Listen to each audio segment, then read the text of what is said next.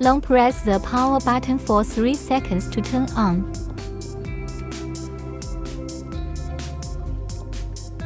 Short press the red button to start recording an emergency video and take a photo.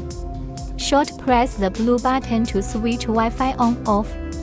Short press the blue button 3 times in a row to turn off the recorder. Search for Wi-Fi camera on Google Play or App Store to download and install it. Enter the Wi-Fi setting interface of the phone. Find the corresponding Wi-Fi name starting with DVD5MXXXX. Enter the number to connect to Wi-Fi. Then open the app. Click Enter Recorder.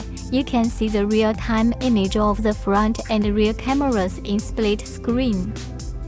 When the mobile phone is connected to the Wi-Fi of the recorder, the remote control cannot be operated. Click Online to view the files in the memory card. Click the button in the upper left corner to switch between the video files of different cameras. Click the Edit button in the upper right corner to delete or download video files. After downloading the video, you can go to the local page to play it or edit a video within 30 seconds to share with others. The settings page can set the loop video time, GSTG sensor sensitivity, sound record, and other functions.